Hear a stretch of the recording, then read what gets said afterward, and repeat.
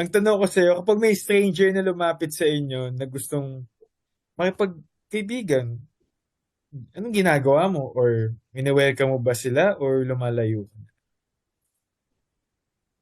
Ako um, since stranger na hindi pa kilala, I'll be friendly also. Like, parang, I'll say hi, ganon.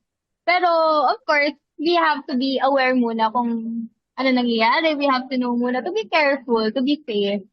Ayun. Tama Pero kung naman. isang alab yun, um, Ano? kung isang alab yun, tatakbo ako, charing. Joke lang.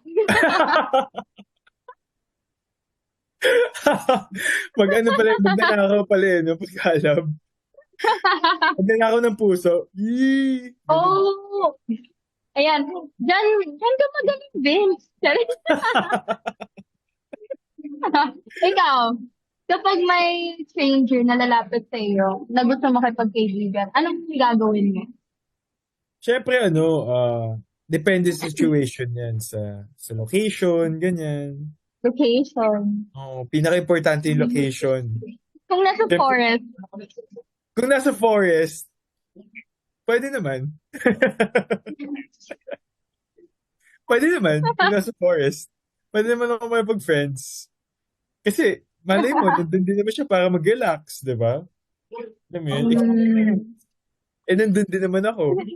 Pero if kunwari mga parking lot, yun yung mga, kunwari, kunwari nasa parking lot, di ba?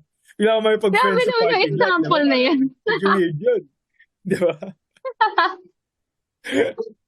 Oh my God.